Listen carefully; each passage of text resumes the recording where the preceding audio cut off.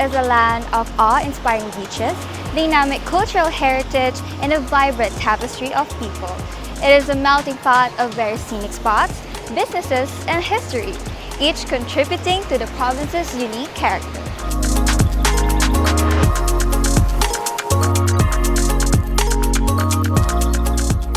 I am your travel wanderer, Denise. Join me in celebrating diversity dito lang sa Ganda mo, Pangasinan! Simulan na ang pasyalan! Lang pumasyal sa Pangasinan, balikan ang lahat ng pagpasaya. Lang klasin ang taglay na ganda, siguradong mag-enjoy ka. Lang pumasyal sa Pangasinan, balikan ang lahat ng pagpasaya. Lang klasin ang taglay na ganda, siguradong mag-enjoy ka. Kalilan Pangasinan!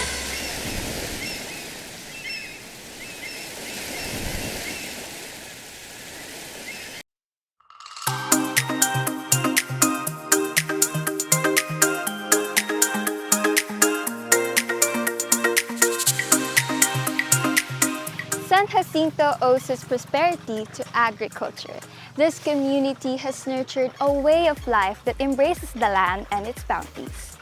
The highly skilled rope makers of Barangay Away here in San Jacinto have been passionately crafting ropes for 5 decades that led the community to prosper.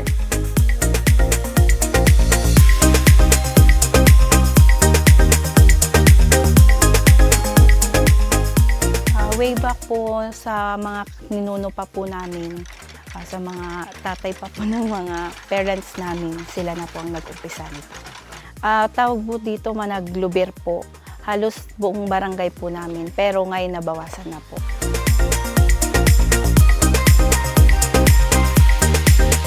Mula sa pagpapatuyo ng mga buli, paggawa ng mga materials, hanggang sa paglulubid, pwede po hanggang isang linggo, mga 4 bundles, 5 bundles, ganun, 200 to 250 bundles na naman na po yun. Basta mapuno lang po yung tinatawag naming karetilan, makakabuo na po kami ng 50 pieces na ganito po, isang bundle na po yun.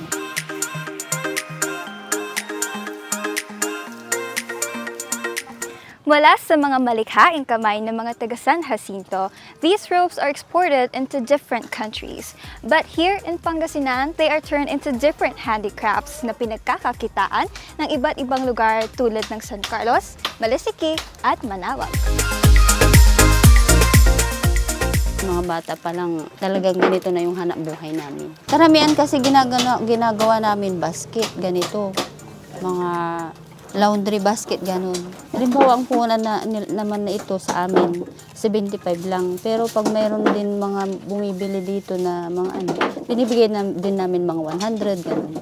Sana magawi kayo dito sa Pugaro sa amin. Tingnan nyo yung mga gawa namin.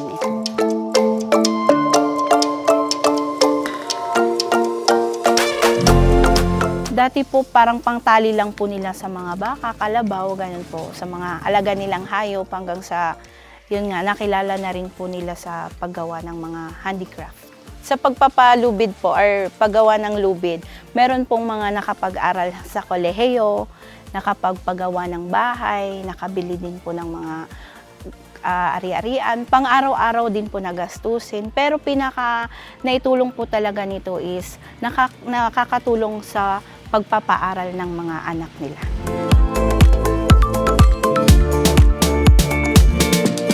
Ito po yung produkto namin, yung lubid po na sinasabi nila. And ito po yung ginagamit namin sa pagpapagawa ng handicraft, mga upuan, mga basket, cabinet, mga laundry, basket, mga ganun po.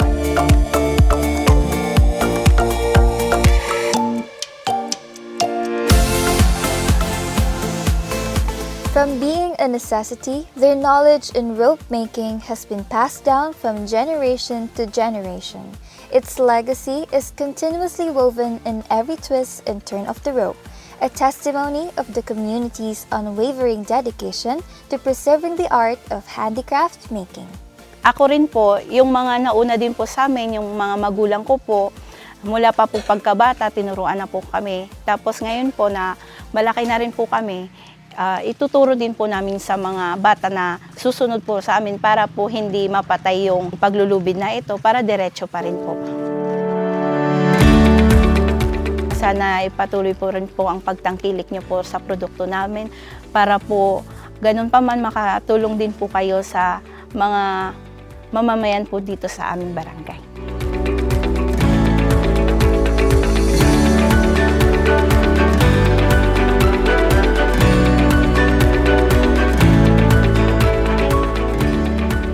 Buli, or better known as Silag in Pangasinan, drives together the diverse communities in the province, a catalyst for both economic and social progress, proving that hard work truly pays off and leaves a legacy.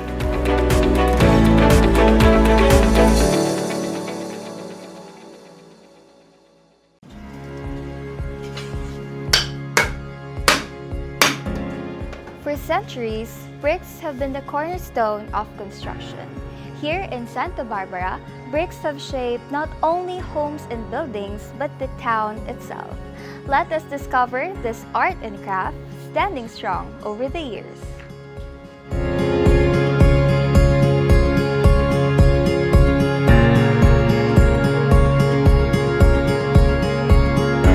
Yung unang-una po na gagawin nila, sir, mag-aakot sila ng lupa doon. Bali, pag napino po yung nasa gitna, tapos yung nasa gilid hindi pa po pino, inaano ng tao yon, nilalagay sa gitna para yung kalabaw, ikot-ikutin na naman niya. Pagkatapos nun, magiging ganyan po siya, tatakpan ng plastic para hindi po siya matuyo. Bali, magiging ganito po siya, tapos i-pre-press na po para po masiksik yung lupa, hindi siya magbasag-basag. Patutuyin na parang ganun rin po, nakasalang na ganyan po, para po hindi siya mag-crack. Kasi pag nagagatungan na po yung basa, halimbawa ganyan, pinasok namin, mag-crack po siya. Pero pag tuyong-tuyong ganun, sulit na sulit po yung pagkaluto. Bago mapuno yung pugon, pausukan namin ng 3 araw to 4 days. Usok muna yun, parang tinapaswa. Pag natuyo na po yun, tapos halimbawa papaspasan na ng apoy, lagyan ng maraming kahoy para yung apoy umakyat kagad. Bali, 3 days and 3 nights. Babantayan mo rin po yan. Kasi pag bumaba yung apoy, hindi na po yan maluluto. Merap nang habulin yung pagluluto dyan. Na nilang luto na yan, titigilan na po. Ilalabas namin dun sa labas, i-display namin. Kung maraming order, direkta na sa truck. Bali, sa isang buwan, 2 beses po kami magsalang tapos maggatong. Yung kalidad talaga, maganda po siya. Baliktad kasi yan pag halimbawa malamig yung panahon, mainit po yan. Pero pag mainit yung panahon, malamig din po yan. Kasi kung hindi ka magtitiis sa ngayon, wala talaga. Kaya tiis-tiis lang muna. Inaanyayan ko po yung buong Pangasinan po na bumili ng aming factory bricks. Gawang Santa Barbara po. Ang paggawa ng isang batch ng mga bricks ay inaabot ng 2 linggo. Ang finished products naman ay nagkakahalaga ng 6 pesos to 18 pesos kada piraso. Ang kanilang mga produkto ay kilala hindi lang dito sa Pangasinan dahil umaabot din ang mga ito sa iba't ibang parte ng bansa. Brick making has been passed down from one generation to another, a part of the brilliant architecture everyone admires, a labor stacking up communities together, and a legacy shaping Santa Barbara one brick at a time.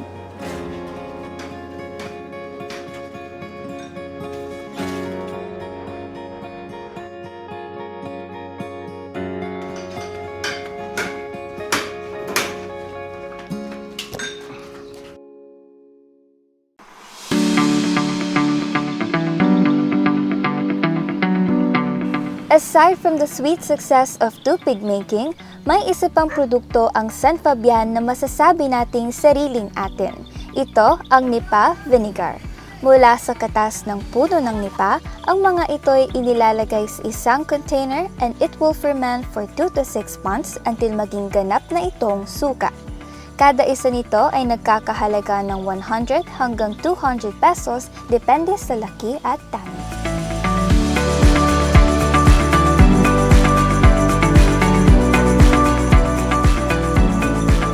Galing sa magulang namin yun. Ipinasa na lang sa amin yun. na gawain, yung nipa. Marami sa lahat ng ito, ilog, nipa yan. Noon wala yan. Yung mga ninuno namin, may naka-imbento ng magtanim ng nipa dito sa ilog. Parang nag-expand. Yung isang punong ganyan, dumarami yan.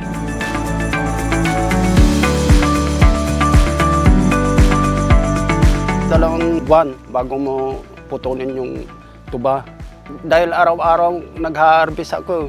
Yung binta namin ng isang galon na suka, 150. Minsan 250, ganon, 200.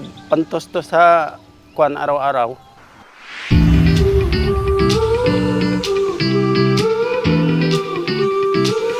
Kasi alam nilang puro yung paninda namin at saka malinis na suka. Walang ingredients. Basta yun lang, pure. Kaya binalik-balikan. 10 years na. Marami, ba't iba, mga taga Baguio, taga San Fernando, Manila, lahat. Hindi yun tinitimpla, basta lang siya, yung nag-ferment siya. Pag yung pinapatagal lang sa malaking tapayan, gano'n. Oo, malaki din ang tulong ito. Nakapagpaaral din ako ng mga anak ko at saka pangangailangan namin araw-araw, gano'n. Sa mga gustong bumili ng suka ng nipa, ito yung pinakamasarap na suka. Ang pinakamasarap nito na paggamit yung sa isda. Mas lalo pag magpaksiw ka ng isda, gano'n, masarap. At hindi madaling mapapanis. At saka yung karni, adobo, gano'n. At saka sausawan ng mga chicharon, gano'n. Marami nang nakasubok nito.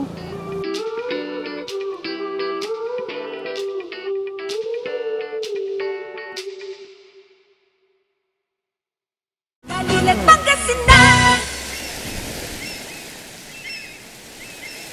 Lemonade Hotel, Camp John Hay, your gracious host in Baguio City.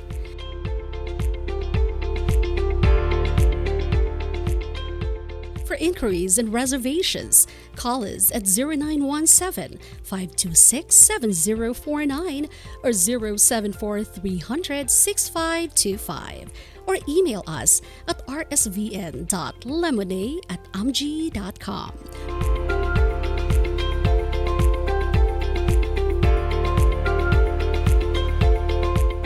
Lemonade Hotel, your gracious host in Baguio City.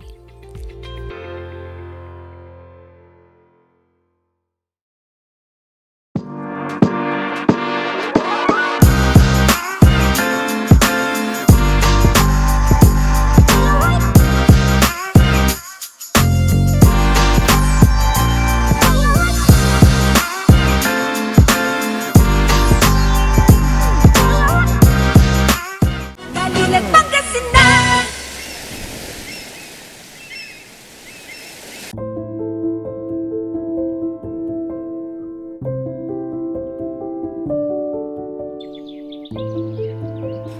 This city holds an interesting history, an enchanting tale that has been passed down from generation to generation.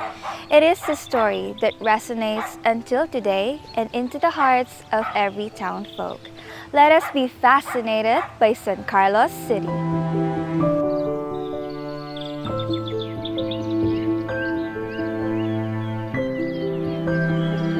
Itong alamat ng Belnang na nahulog doon sa ilog ng San Juan ay galing yan sa Baldog. Yung Baldog na yan ang former bayan ng San Carlos.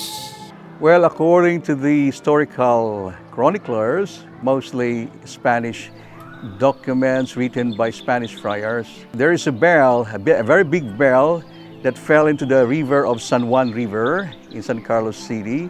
When the church was being transferred from its original site in San Juan, being moved to its present location in downtown San Carlos. Noong panahong yon, 5 na yan, inahabol si Prinsesa Orduha.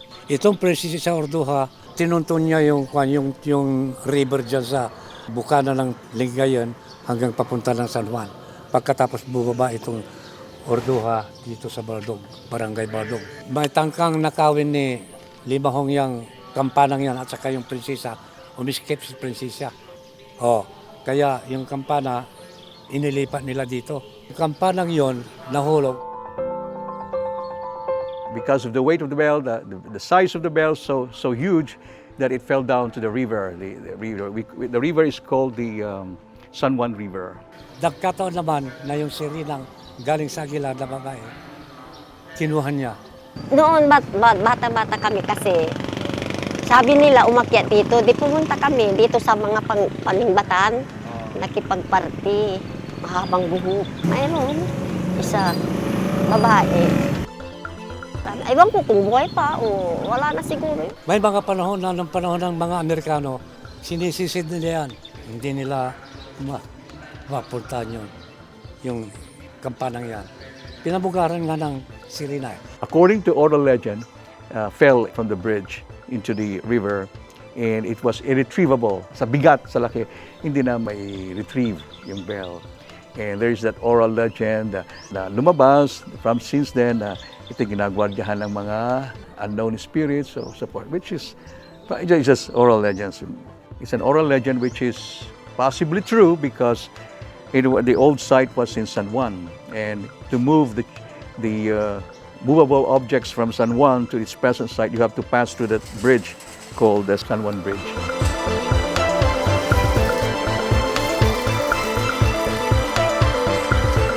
Whispered through the currents and kept in the minds of its locals, it is believed that the bell is still hidden in the waters of Barangay Baldog. Through the stories of elders, this tale of San Carlos lives on through its people.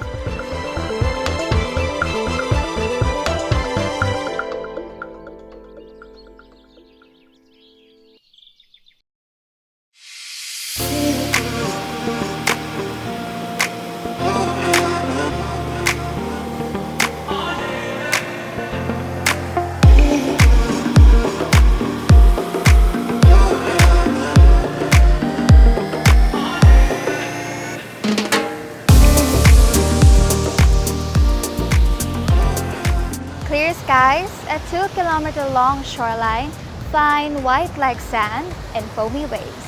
This is Binmaley Beach, a perfect getaway spot for everyone to swim, picnic, or just have fun.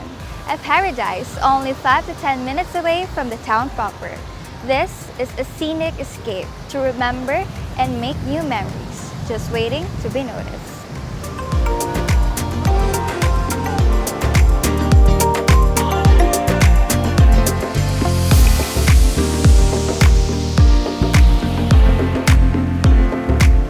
Yung binabalik-balikan ng mga turista rito, yung ganda ng buhangin, puting buhangin, tapos yung tubig natin malinis. Pagbabike nila dyan, namamasyal, may maraming kainan dyan na makakainan.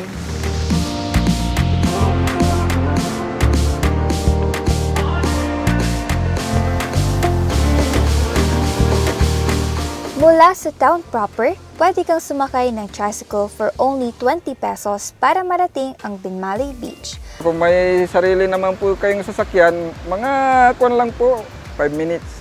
Nakarating na kayo dito sa Binmaley Beach.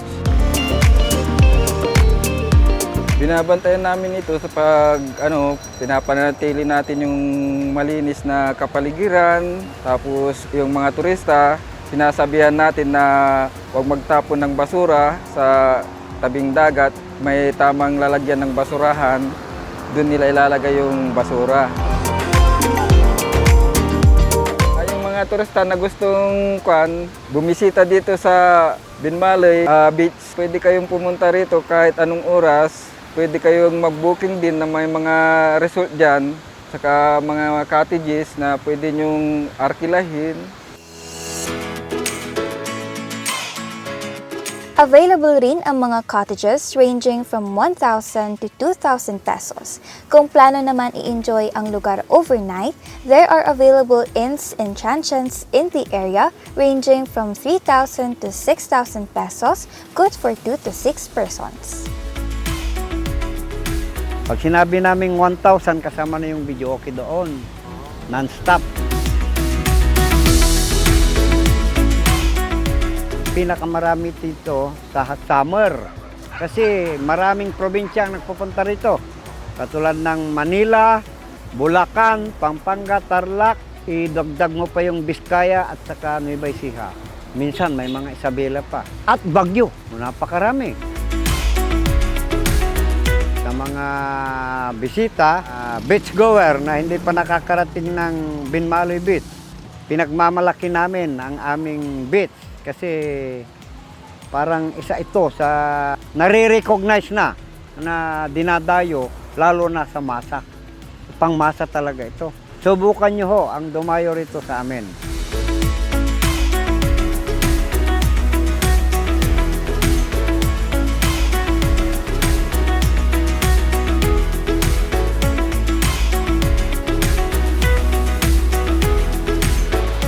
Forget the hustle and bustle of life. Make time, slow down, and reconnect with yourself and loved ones. And there's no better place to do this but here in Binmaley Beach.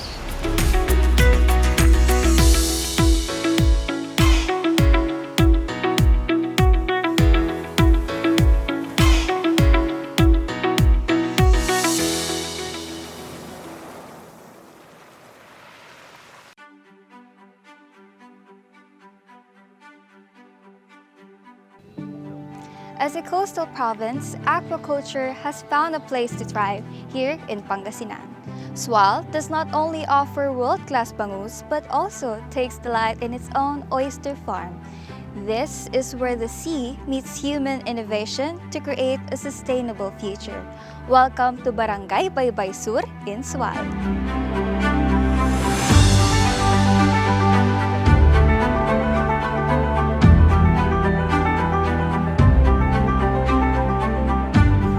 Maglambat, yung mga ramarang sabi, yung mga tulos-tulos diyan, paikutan ng lambat. Yung mga iba, nagbibinta sila, wala naman akong maibinta, kaya gumawa ako ng sarili ko, ng ganyan. Siyempre, magsigaw ang kanya-kanyang kanyan. Kung gusto mong magpatayo diyan, magpatayo ka, may area-area. Bali, basta yung isang kaon, isang tao, nagupan ang magpapakyaw. Pakita mo lang yata yung pagtalaban mo, kung gusto natin lang pakyawin, yung presyo lang pag-usapan nyo. Pangbuhay ng pamilya, ganyan. Siyempre, importante yung kung pamilya mo talaga, kung walang anak buhay yung ama. Sa bagay ngayon, malalaki naman yung anak ko, makatutulong din sila.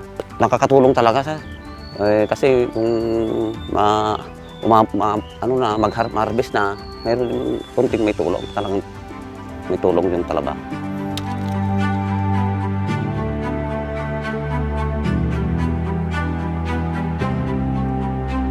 Bali po nung nagkaroon po ng pandemic, mga kabarangay po namin is wala pong trabaho karamihan, natanggal po sa work, ganun. So nag-isip po sila ng pamalit sa trabaho. Sa naman po, bali ang Baybay Sur po is malapit sa dagat. Nag-ano po sila ng culture po sila ng oyster para paramihin ito.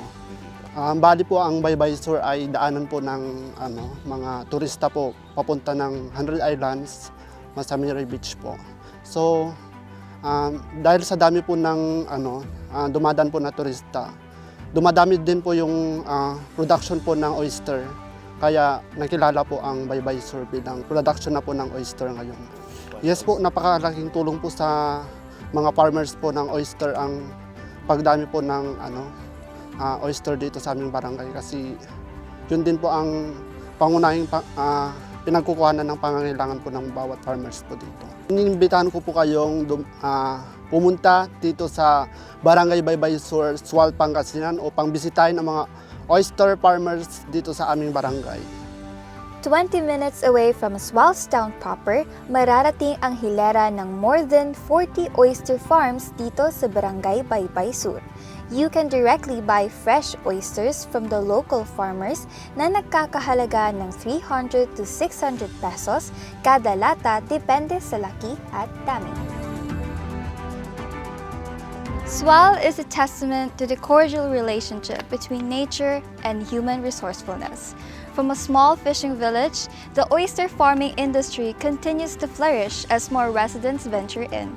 It is a beacon of hope, kindling the coastal community and protecting the town's long fishing tradition.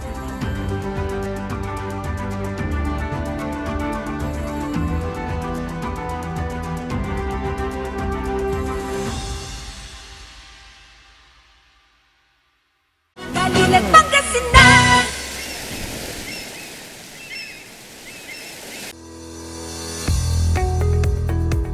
Looking for a place to stay in Baguio City?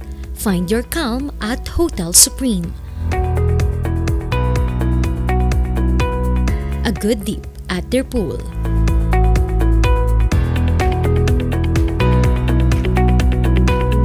Clean and comfortable rooms with a view.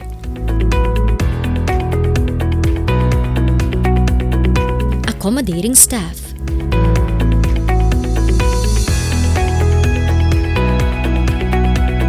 You can also enjoy a sip of coffee at their coffee shop. Good food for a good mood at their restaurants. Spacious halls for events, and many more. A perfect balance of business and relaxation, all at Hotel Supreme. Pangasinan.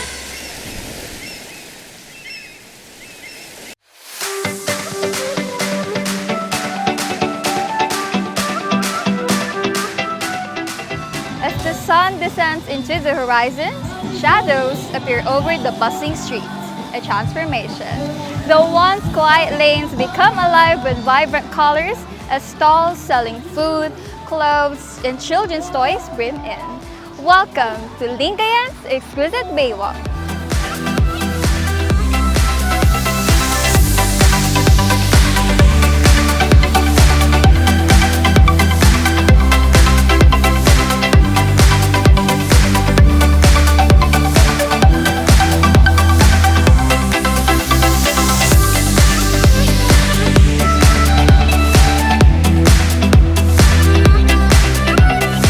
Maganda po yung view niya, tapos po madami pong mapapasyalan ko katulad ng dagat. Pag nai-stress, pwede pong punta dito. Daming pailaw. Mas lalo pong gumaganda yung view, magandang pang my day.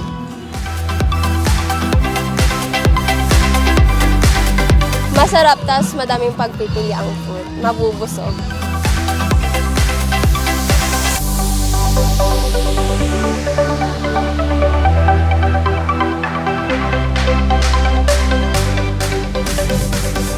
Kasi maganda dito eh. Tapos malapit lang din kami, taga Binmaley lang din kami. Kaysa sa Binmaley, mas maluwang kasi dito. Affordable naman. Kakainin lang dyan sa picnic. Kasi maganda yung ambience dito kasi. Pag ganitong December dito sa may silo-silo lang, saka yung carnival nila. Malinis po kasi dito, tapos yung parking area, yung mga yan. Tapos napaka-peaceful po dito. Tapos yung mga kalat, wala. Malinis.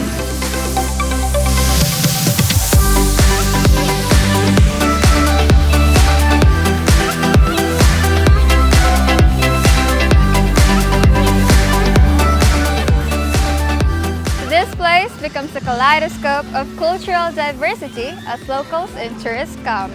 People mingle freely and laughter and conversations fill the salty air. Whether you want to shop, try local food, or just have a picnic with your friends and family, the Lingayen Baywalk is the perfect place.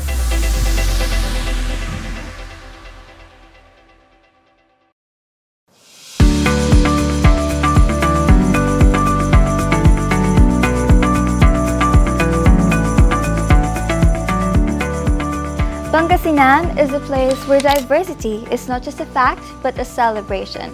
It is the land where past and present interweaves and innovation flourishes. Its distinctness embraces and welcomes people with so much warmth and kindness.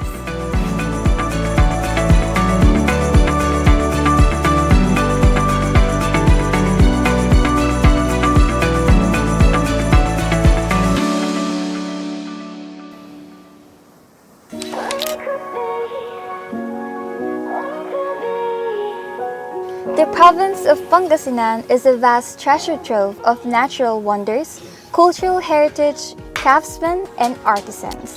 In exploring various towns and cities, we get to see and experience firsthand how the diverse communities come together and interlace for the sake of progress and development. The unique and colorful identity of this province prove that there's more to see in Pangasinan.